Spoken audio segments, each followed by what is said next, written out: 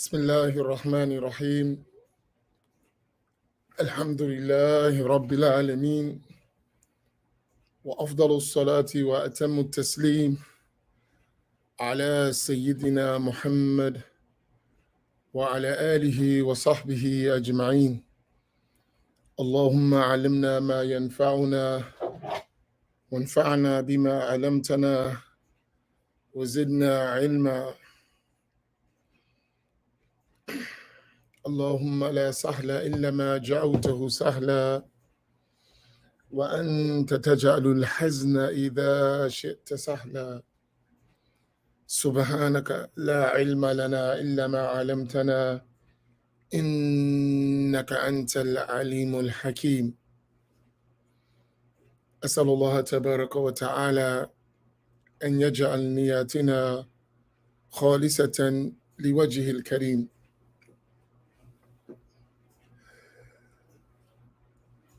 So inshallah ta'ala, I wanted to continue talking about the proper methodology of acquiring the knowledge of al-Islam, which is extremely important. One of the things that would help us on our journey is that we learn how to learn Islam.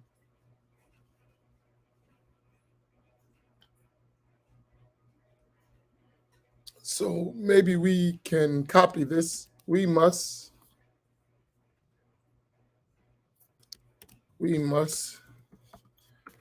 learn how to learn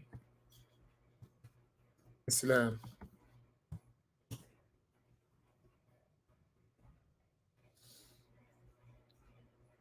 And this is something that I think we need to emphasize.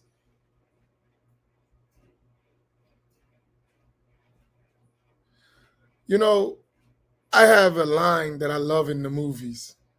It's one of my favorite movie lines.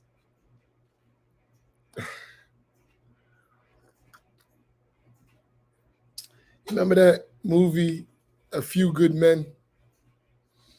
I love that line in there.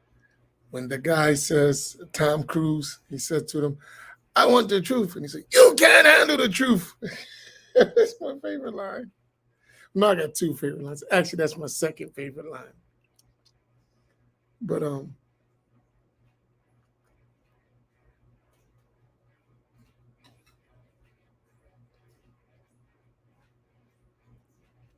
right. We have to learn to love truth, even if it hurts. Right? We have to learn to love truth, even if it hurts.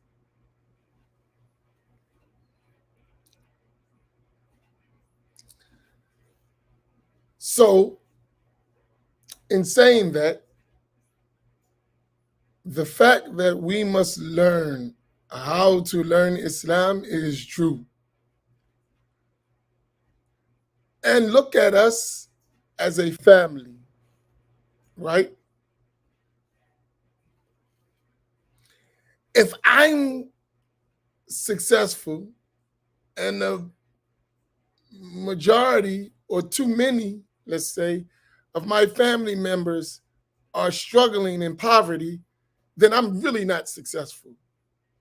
Even if myself, I'm successful, but if my family is in poverty, then I'm not successful.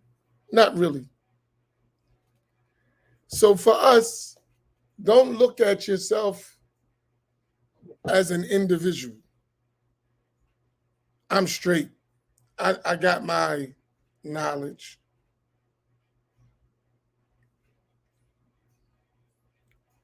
Consider the fact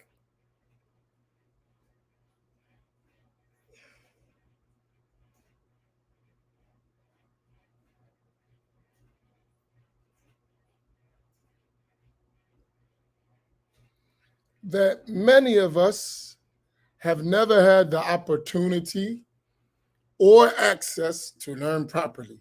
So then that statement, we must learn how to learn Islam is significant. I had a discussion with some youth who were raised Muslims, but they didn't get a chance to learn Islam all the way up into their adulthood. They never really learned what Islam was. They just was going through motions.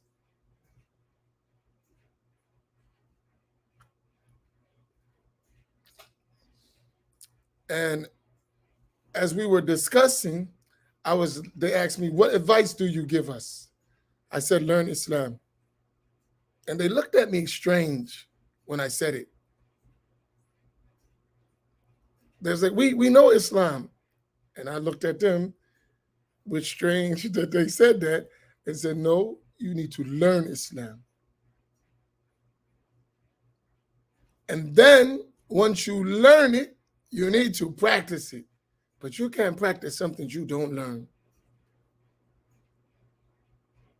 So for us, learning Islam, really, what is the deen? How was it conveyed? And how should we acquire it is extremely important. And I'm going to tell you. So we already mentioned that the Prophet sallallahu alaihi wasallam, he said in the hadith, إِنَّمَا الْعِلْمُ بِالتَّعَلُّمِ. Knowledge is only acquired. Certainly, knowledge is only acquired by learning. That's how we acquire knowledge, by learning. At-ta'allum, learning, is a process of learning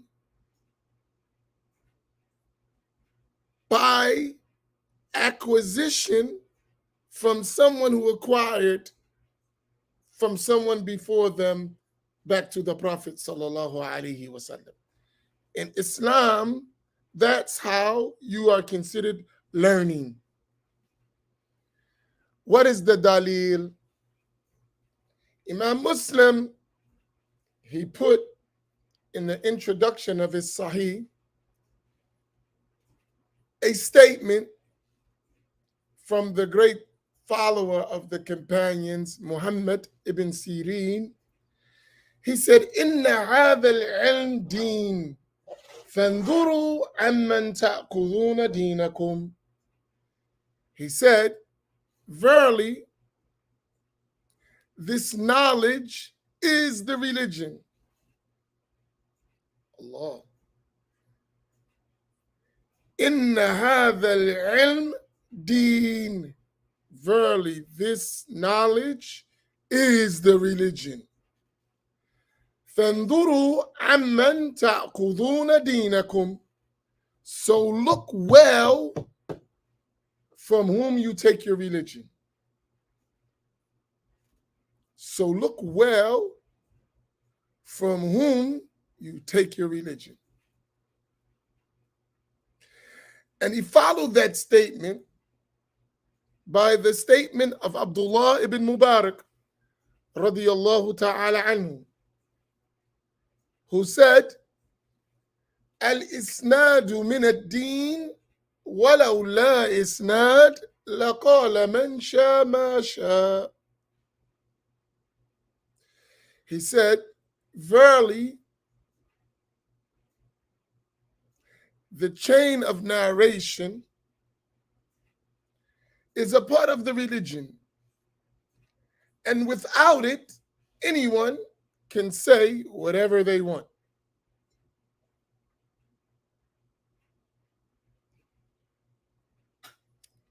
Tell you. Let's make this practical. The Prophet told us, sallallahu alaihi wasallam, that knowledge is by acquiring. And Allah mentioned in the Quran, فَاسْأَلُوا أَهْلِ الذِّكْرِ إِن كُنْتُمْ لَا تَعْلَمُونَ.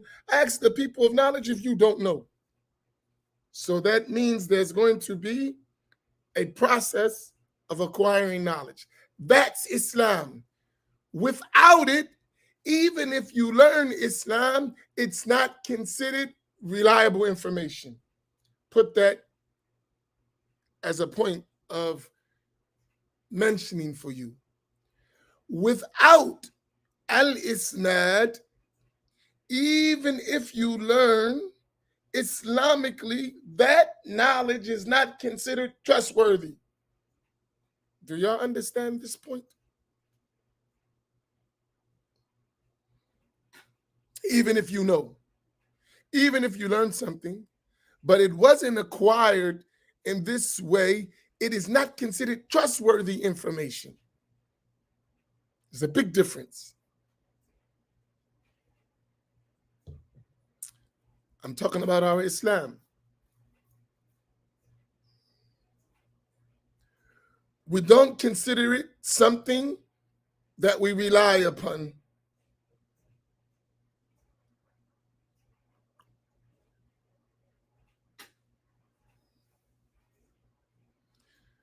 So we have to know in our religious practice from whom we learned. Who did we take knowledge from? Right? I've been Muslim all my life. Okay, who taught you? Not only who taught you, what did you learn? Not as a test, just to verify that we did learn properly. Right? And that should become a standard in our communities, as it has been in the Muslim nation always. From whom did you learn? What did you learn? Right?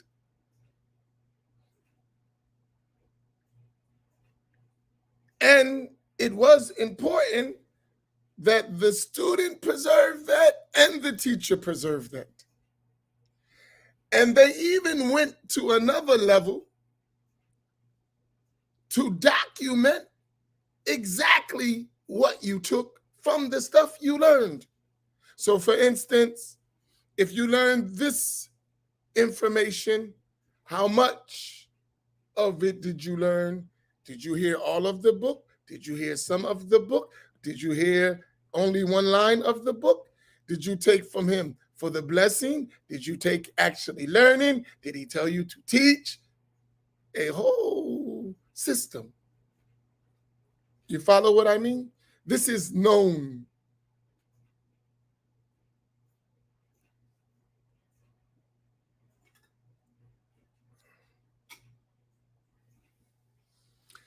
Are y'all following me on this?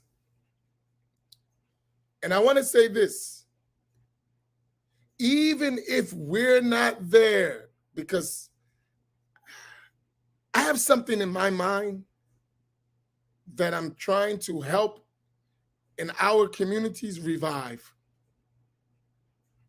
or give life to, the proper way of learning Ahl Sunnati wal Jama'ah.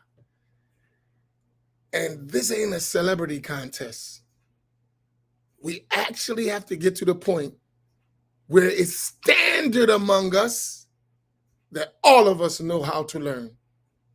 Every one of us.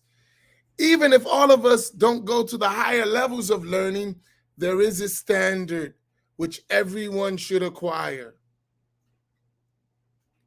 But in order to establish that, you first have to establish a reliable process, which is already existing, is what I'm talking about.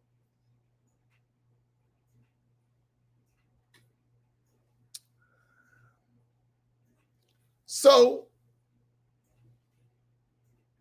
those are the first things that we should have in our mind, that we have to acquire knowledge. The way we acquire knowledge is from teacher to student transfer with a reliable chain of narration.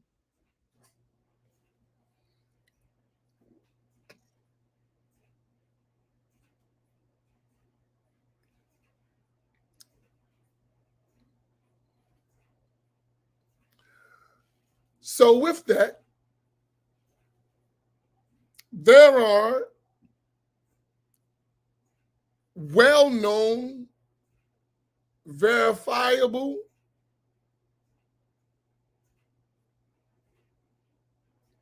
chains of transmission that one could connect to all over the Islamic world when one follows this process.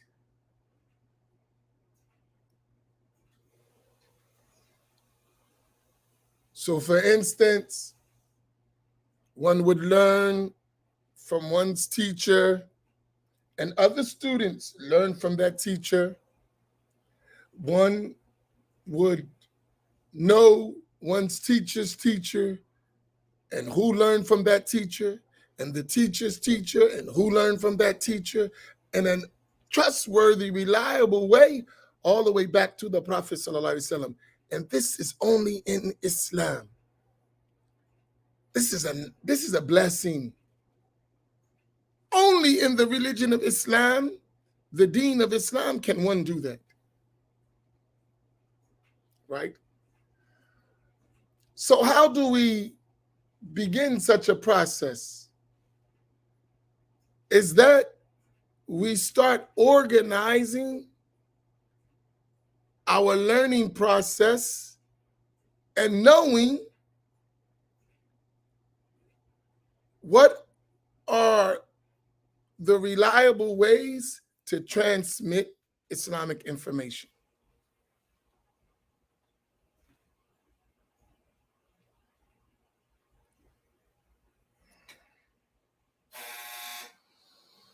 And then one has to spend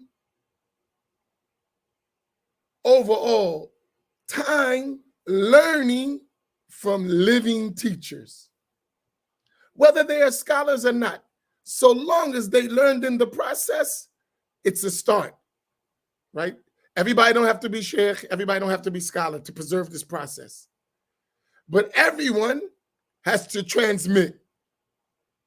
There cannot be someone doing their own thing. This doesn't work. They can do it, they do it, but it's not trustworthy, right?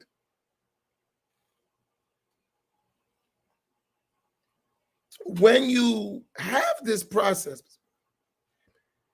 you're going to be able to identify Ahl Sunnati wal Jama'ah from people doing strange things. This process is a protection, right?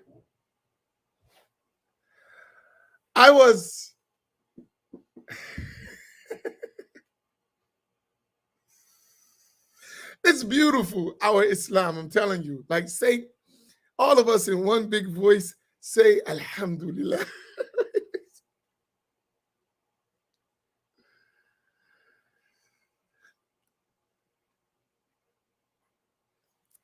I've been lately observing on the internet some people sharing pictures of our sheikh and the sheikh of our sheikhs. And alhamdulillah, I can say our sheikh because I actually sat with him and learned from him. So I am counted, right? And my teachers lived with him and learned with him. So I am counted in more than one way. Our Sheikh Abdul Razak al-Halabi, rahimahullah ta'ala, who was the Sheikh of the Umayyad Masjid in Damascus. And I'm laughing because the story is funny. When you have inside information, it's like hilarious. So I'm watching some people to verify themselves. They are sharing pictures of the sheikh, telling stories of the sheikh, blah, blah, blah, blah, blah, blah, blah, right? And I know for sure the sheikh didn't approve of them. You mixed between the sheikh approving of your sheikh and attributed that to you. And the sheikh didn't approve of you. That's deep, right? And how do we know that? From this transfer of knowledge.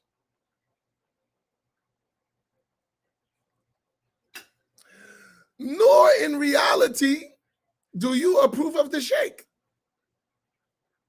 It's all games. But because of this chains of transmission and actually learning, we know the difference, right? We know the difference because of actually sitting with them, sitting in their circles, knowing their students, listening to them, learning to them. And we know the sheikh didn't approve of that for sure. No doubt. Right? It's obvious.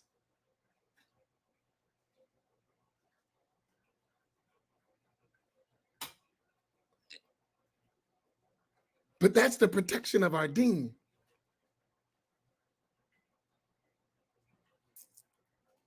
And you would know he learned from the sheikh, he learned from the sheikh, he learned from the sheikh, I heard from the sheikh, he heard from the sheikh. No one agrees with that.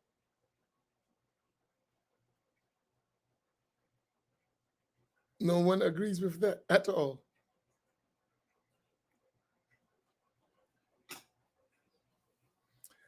But for us, not having this system in place, it's easy.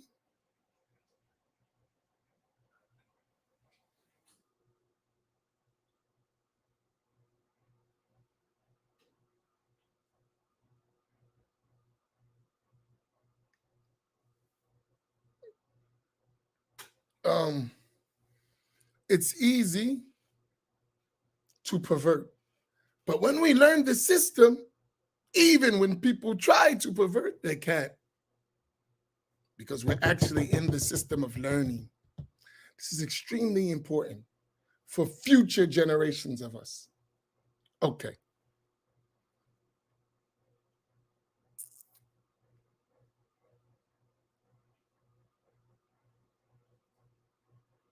Now,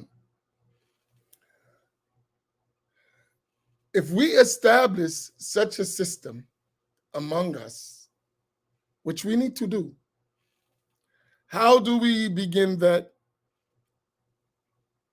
Number one, as we mentioned yesterday, we find trustworthy teachers who are in that system.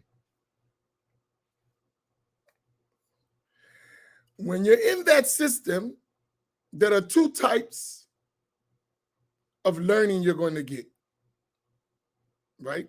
The system of knowledge transfer of Ahl Sunnati wal Jama'ah, teacher-student transfer. You're going to get two types of knowledge, basically. Number one, you're going to get textual transmission through books, right? So if you're with a teacher, a Sunni teacher, Ahl Sunnah, they're going to teach you through books in terms of learning the Islamic sciences. So how does that work? That teacher, as you've been doing here, is going to take you through a reliable book in a given Islamic science. So he's going to teach you, say, if you're learning about Al-Aqidah, he's going to teach you a reliable book that has reached him with an unbroken chain of narration in Aqidah. If he's teaching you Al-Fiqh, so whether that is the Ash'ari or Maturidi school, right? So you're going to have Ash'ari texts or Maturidi texts, books, that he's going to teach you from those books, line for line. Or he may summarize. But in any case, he's going to have as a reference a reliable book according to one of those schools, Ash'ari or Maturidi school. That's in Aqidah. In Al-Fiqh, in the jurisprudence, he's going to teach you from a reliable book in one of the four well-known madhabs, Hanafi, Shafi'i, Maliki, Hanbali. And when he teaches you that, he's going to teach you in stages, from summarized books to intermediate books to advanced books. That's going to be the process. So he's going to say, we're in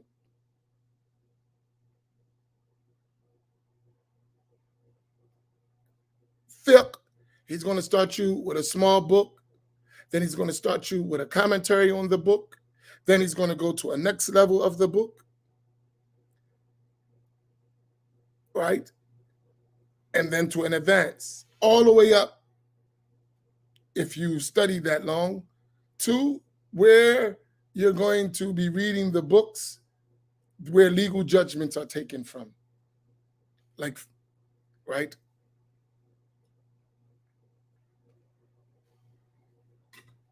And the same, so no matter what, whether it's the Hanafi school or the Maliki school or the Shafi'i school or the Hanbali school, there's going to be this sequence of studying, and it's something that is well known in the madhab, right? So say I'm Shafi'i. No matter where you go in the world, there are certain reliable books in the Shafi'i school that if you are a Shafi'i, you must have studied, or that is from where you taking your knowledge, right? So at minimum, there's going to be this sequence of study. If that is missing, that's not a trustworthy teacher.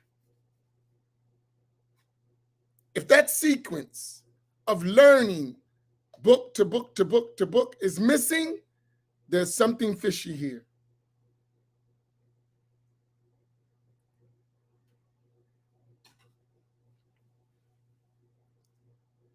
Something's wrong. This is how our tradition has already been conveyed. Likewise, when they go to the science of a tasawwuf, there's going to be these books that, in terms of studying, that exists. This, well known among the people of tasawwuf. If they move to ulum al-Quran, the sciences of Quran, there are going to be certain books that you must study. Everyone knows it. If you go to ulum al-Hadith, the science of Hadith, there's going to be these books that are studied. If you're studying Arabic grammar, there's going to be these books that are studied. If you're studying the seerah of the Prophet, sallallahu alaihi wasallam, there are going to be these books that are studied. That's been studied, a system of learning of Ahl Sunnah that has existed for hundreds of years. And all of those books have been conveyed with an unbroken chain of transmission. Simple. And when you're in that system, it's easy to recognize when someone's outside of it. It's not about necessarily individuals, because the system is preserved. So if I as an individual or you as an individual make a mistake, the system is protected and will catch your mistake within the system.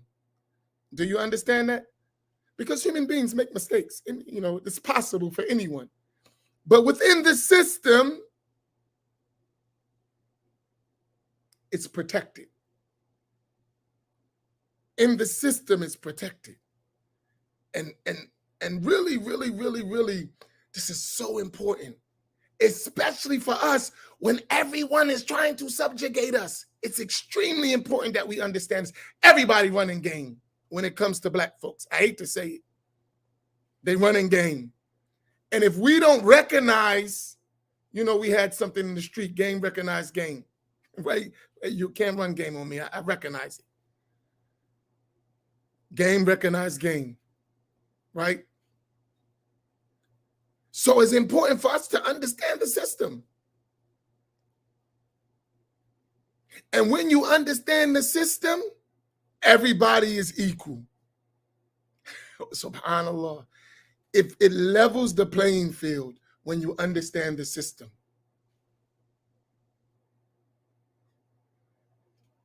What would I recommend as a teacher from Hanbali fiqh? I would recommend you don't study Hanbali fiqh. I would recommend you follow another madhab.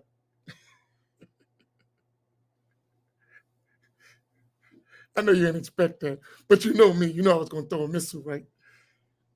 Why do I say don't follow Hanbali fiqh? If you're already suffering from the traces of Wahhabism and you follow Hanbali fiqh, you're never going to get out of that. The Hanbali madhab is the most affected with Wahhabism. The other madhabs are getting hit, but not like the Hanbali school. And for that reason, not because of that something wrong with the Hanbali school, for that reason, you're going to be mixing most likely with al-Wahhabiyya, and that's dangerous. You know me, I don't hold no punches when it comes to that. So for that reason, for safety, I wouldn't recommend none of us to follow the Hanbali school at our level of knowledge. It's not the school itself. It's what the school has been infiltrated by that makes it dangerous. It's not the school. And you will have difficulty finding teachers. Not saying they don't exist.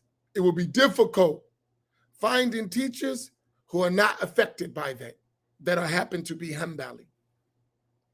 That's the only reason I'm saying. As for the Hanbali madhab, you can easily, it's a well mapped out madhab. It's in fiqh I'm talking about. But finding teachers may be difficult for you. For some, it's easy. If you knew Arabic, I would tell you, you could do this, you could do this, you could do that. But without Arabic language, I can't help you. Because in English, in Arabic too, but in English especially, they still got the madhab surrounded. Unfortunately, it is what it is. I'm not saying it doesn't exist, right? I'm not saying it doesn't exist, but I'm saying it's very hard to find. I hope you got my point. I'm not saying it doesn't exist. It does exist. But is it accessible to all of us? No. Without the perversion in terms of creed? No. And undoubtedly, most of the people I've seen claiming that have a leaning towards those things, those bad issues in the creed. So for that, I would say that only for that.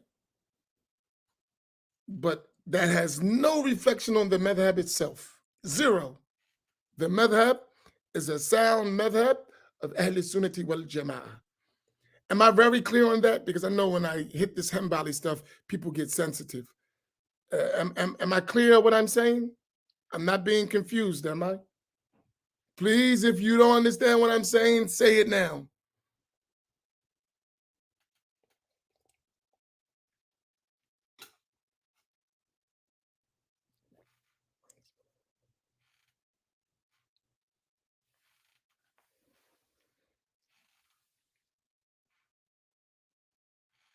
Tell you.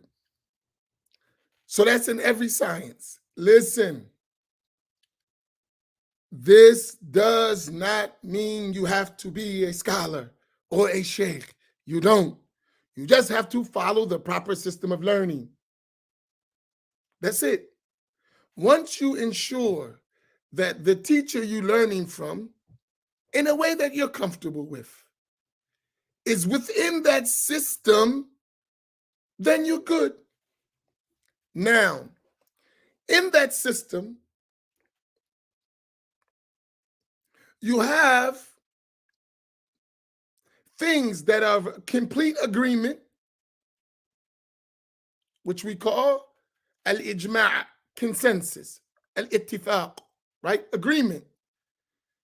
You have those things. And you have within that system areas of difference of opinion, right? You have areas of disagreement, difference of trustworthy legal opinion. When I say opinion, I don't mean I think. I mean these areas are not explicit in the sacred law. They can bear more than one legal interpretation. This is very important to understand. If we understand the system of Ahl Sunnati wal Jama'ah, there will never be fanaticism for one particular ideology or group over another. When you understand the system, there is only the matter of agreement, disagreement, strength, weakness, right? Within the scope of our tradition. So sometimes people come to us, and I'm talking about us as a people in our learning process, without having knowledge of the structure,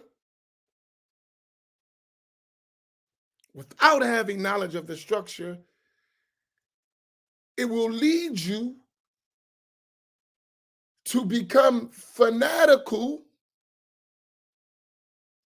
about a position that within the structure is not an agreed upon position. But if you don't know the structure, you won't even realize that.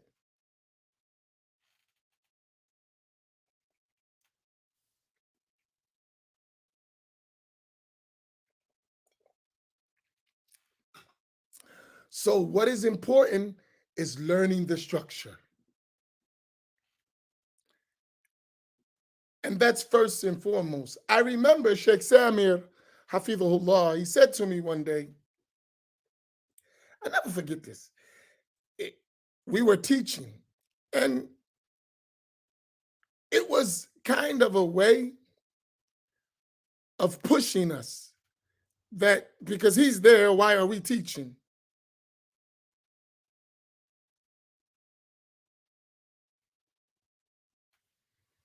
Right? But his way was to give you confidence with his support. So you do it. I'm here. If you should err, I'm here to correct you. But go, I want you to do your part. And good teachers always do that. They prepare their students to actually do the work at their level, right? So he sat through one of my lessons and he asked me, he said, why are you talking about all this advanced stuff?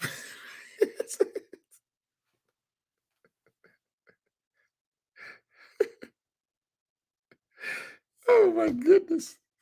He said, why are you talking about all this stuff? I said, Sheikh, let me explain. I said, in our country, because you have to understand context. He's from Damascus, Syria. Everyone's in this tradition. There's no discussion. Everyone knows their role. Everyone knows the tradition. There's scholars all over the place, teachers all over the place, right? From morning to evening, you could go to lessons all over the city with qualified teachers in different books is available all day long, right? Every day. In houses, in the masjid, in centers. It's just all available abundantly, right? So I said, here in America, everyone starts off as a scholar, not a layman. Would y'all agree? Would you agree with that? We all in America. Does everyone start off as a scholar or a layman? Question.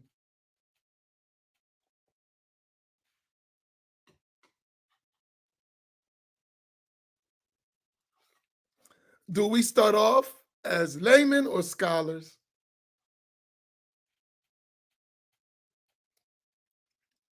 That's a question. I want to see your answers.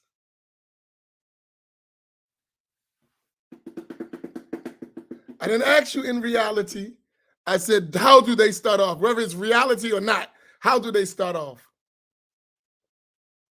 If you didn't get this, then you miss all of our lessons. You should go back and read all our lessons. Okay. So people start off falsely because of the way Dean is conveyed. They start off thinking they're scholars without realizing that what their position is a scholarly position. How do they start off? I follow Quran and Sunnah, right? Now we've been learning. Do laymen actually follow the Quran and the Sunnah directly? We've been learning. Is that how laymen start learning? Reading the Quran and the Sunnah? That's a question. We're engaging, right? Do laymen start off going directly to the Quran and the Sunnah to deduce belief, legal rulings, and spirituality? Is that how laymen learn? So our people start off talking about Quran and Sunnah, right? They start off talking about Quran. So they start off acting like they're scholars. They don't start off as laymen. Traditionally, how do laymen start off? At the feet of learned people, learning basic texts and knowledge. That's how laymen start. Laymen start at the feet or at the hands of teachers learning basic texts of the essential knowledge of the religion. That's how you start. That's how laymen start in our Sunni tradition, right? But because that system is not in place, right? We have to put it in place. But the system, unfortunately, that has gained mass attraction starts the person off unwittingly, he doesn't realize it, as a scholar. I just follow Quran and Sunnah. I follow the strongest evidence. How? You don't even know what the evidence is. How are you following the strongest evidence? You don't even know what the evidence is. What is an evidence Islamically? You have no idea. I follow the dalil, the strongest dalil. You don't even know what a dalil is, right? But someone told them, if you read Bukhari, you read Quran translation or Arabic, doesn't matter, and you come up with something, that's a dalil. It's not a dalil at all. That's not a dalil.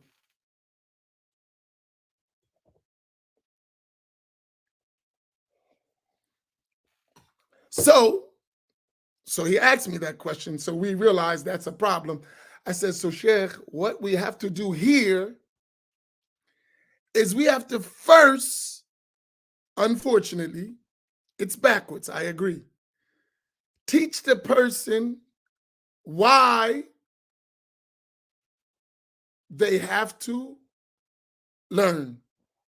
We have to teach them first that you're not a scholar, right?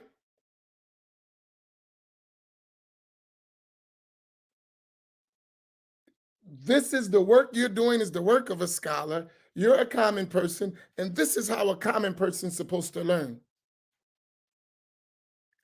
And you got to reverse the process. And then only then will they actually sit down and learn.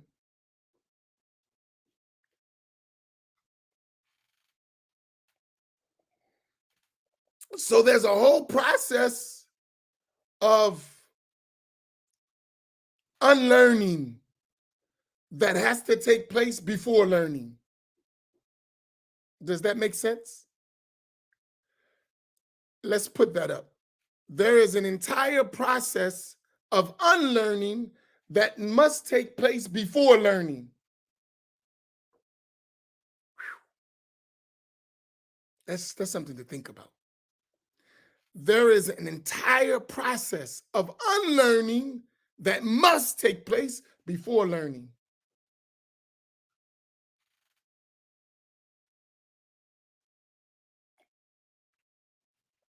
Put that up.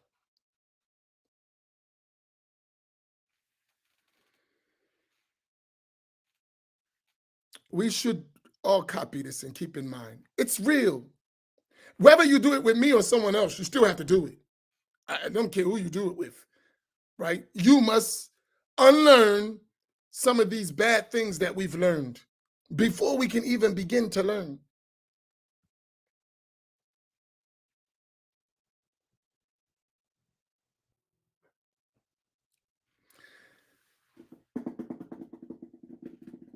Right? So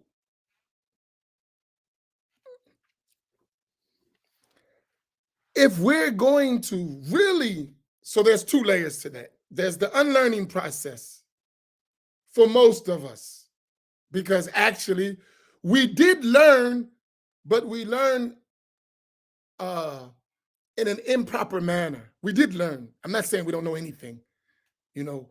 So let me clarify that, right?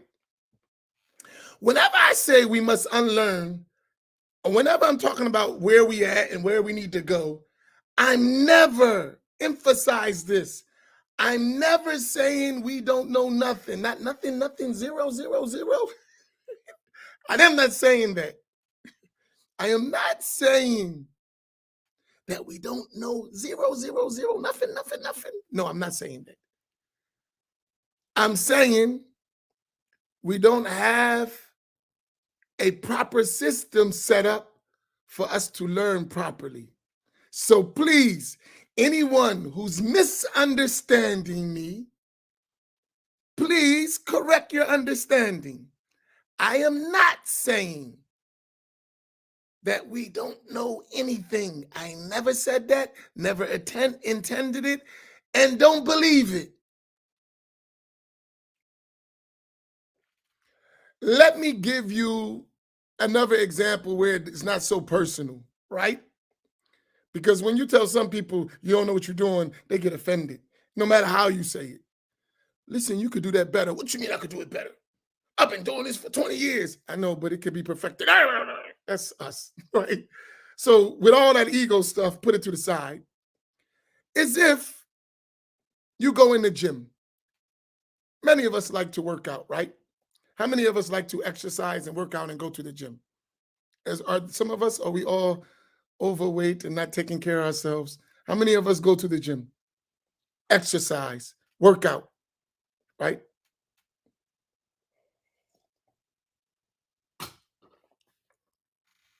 Right. So, when you go into the gym, if you're a beginner, you may go in the gym and do everything wrong. The way your lifting technique, you don't even squat properly. You may hurt your back, but you're working out in your mind. But the one who knows how to work out will look at you like, hey, you're going to hurt yourself, right? The one who knows what they're doing is going to look at you and say, you're going to hurt yourself. Some people, I saw a guy, he was lifting weights with no one to spot him, and he almost choked himself to death with the bar. So he was lifting little weights. It was light. And he went up And he still didn't have nobody's spot. And that joint came down. He couldn't get it off his neck, almost killed him. But in his mind, he's working out. He almost killed himself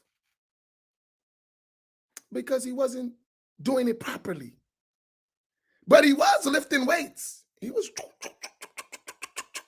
right?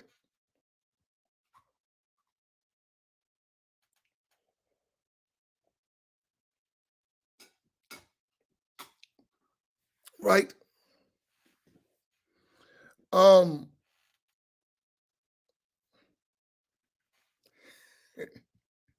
Watch this. No, I'm not gonna have no fun. I promise I'm gonna be good. Y'all know I like to engage, right? Because I think for us, we have to engage each other in a nice way. But I'm not going to engage. I'm gonna leave it, right? Just all of us behave ourselves to the best of our ability, right? Some people are actually trying to learn while we entertaining ourselves. So for the ones who are trying to learn, let the ones who are entertaining themselves control their entertainment so it doesn't distract from others from learning, right? Because even myself, I like to entertain too. So we got to join between two, right?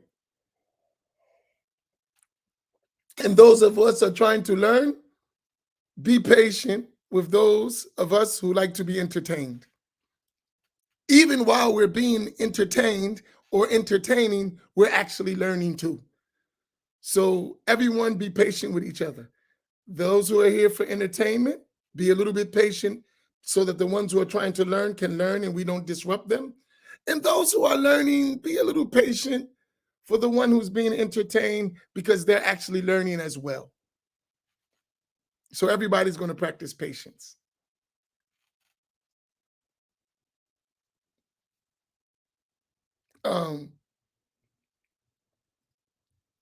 So the same in the learning process, right? There's going to be mistakes we're going to make. We're going to have some things that are not correct. And inshallah, we're going to work them out. But we have to be open to say, there's some things I'm missing, right? There are some things I'm missing and they need to be corrected, right? And then be open to do that. It's okay, right? It's okay. If we don't accept that, the situation will never change. And I didn't know it was this late. I got to stop. But listen, as an advice to all of us, right? Y'all ready? We'll come back tomorrow. But as an advice to all of us,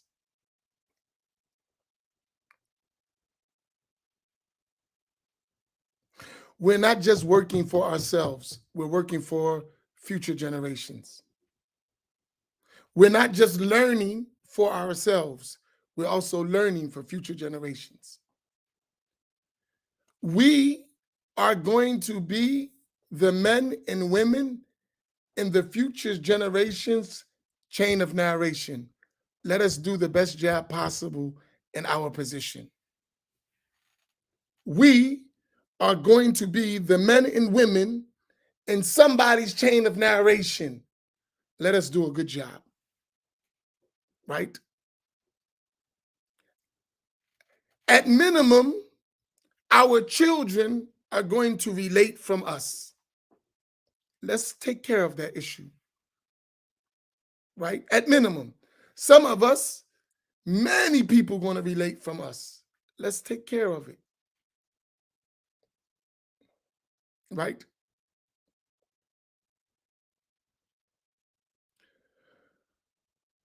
People are going to relate from us, so take care of it.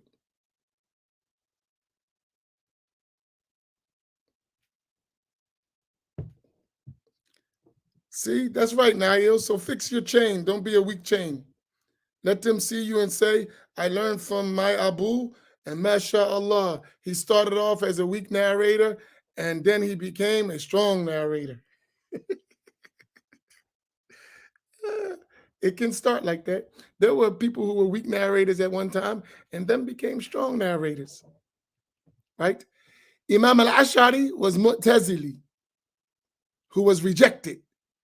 And now he's known as Imam Ahli Sunnati wal Jama'ah. See, he was rejected at one time. He learned and acquired and changed and adjusted till he became the Imam of Ahl Sunnati wal Jama'ah with a whole madhab named after him. It could happen, right? So it's not where you're at right now, and it's where you're going.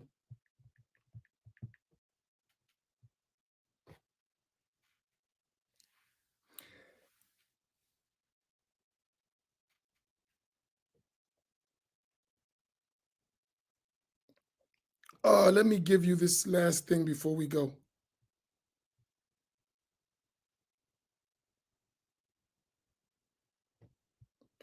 So today will be our monthly gathering in Philadelphia.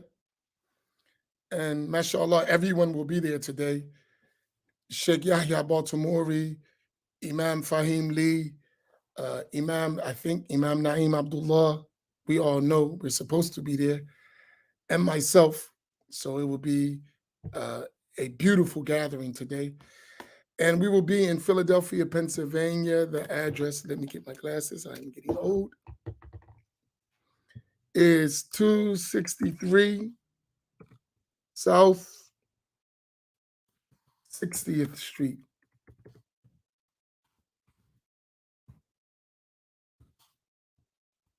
Philadelphia, PA.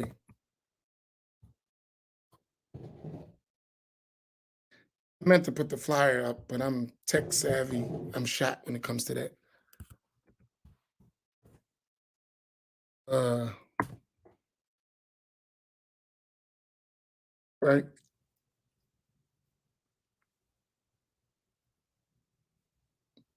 So that's the address.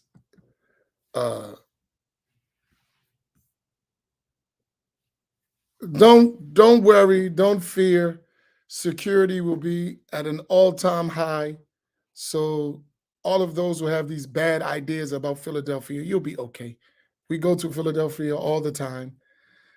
You got to take security precautions. We do that. So you'll be okay, right? You'll be okay. Don't worry about it. And no one's coming to Sister Tahira's hood and doing anything without her permission. She's the Don of the neighborhood.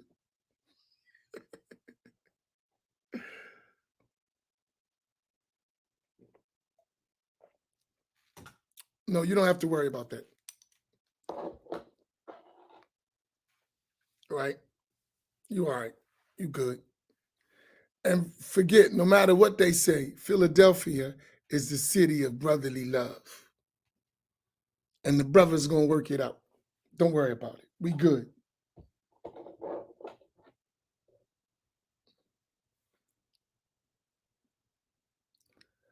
My opinion, Philadelphia is the capital of Islam in America. That's my lowly opinion. Philadelphia is the capital of Islam in America. And if the da'wah of Ahl Sunnati wal Jama'ah becomes standard in Philadelphia, it'll take the rest of the country. It'll take the rest of the country.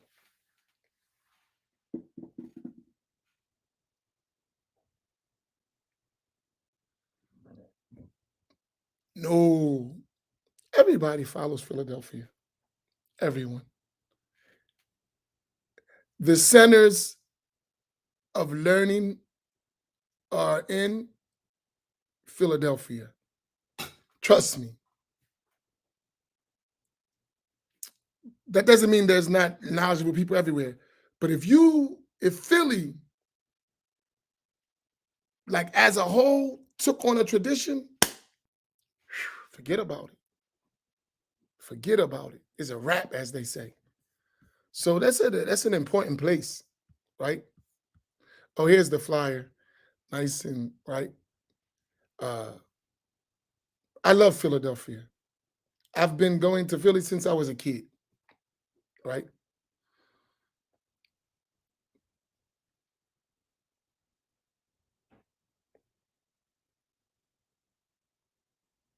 No, Islam is standard in Philly. It's okay to be a Muslim in Philadelphia. I don't think too many cities in the country we can say that. Like Philadelphia is Islam is normal. I'm a Muslim. That's normal. It's expected, right? It's okay. That we want the whole country to be like that. When we think big terms, you go to Philly, you be Muslim. It's known. And guess what? Not only is it known among African Americans, it's like that, right? Among African Americans, like Islam has reached every home in Philadelphia, whether the person is Muslim or knows somebody Muslim. Every home Islam has reached in Philadelphia. You can't live in Philadelphia and not know Muslims. Can't do it. That's how we want the whole country to be like. Don't take merit away from where merit is at.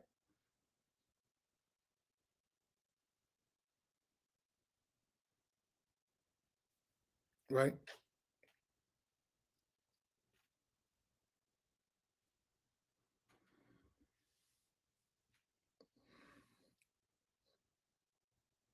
You see how nice I'm being before I go into Philly. Hey guys, I love you. Don't get mad at me. No, I'm joking. All right, I love y'all. Inshallah, we'll see y'all today. Look at everybody getting all geographical. That's what we used to call that in the prison. My town. Everybody getting geographical. I love y'all. Barakallahu bikum. May Allah reward you all, increase us in all goodness, and make us winners in this world and the hereafter.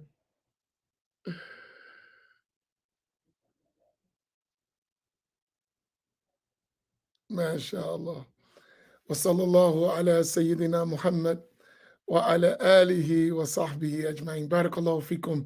Inshallah, we'll see some of you today in the city of brotherly love, and others we'll see you tonight in the class with Sheikh Walid al-Rifai, and others, inshallah, we'll see you tomorrow.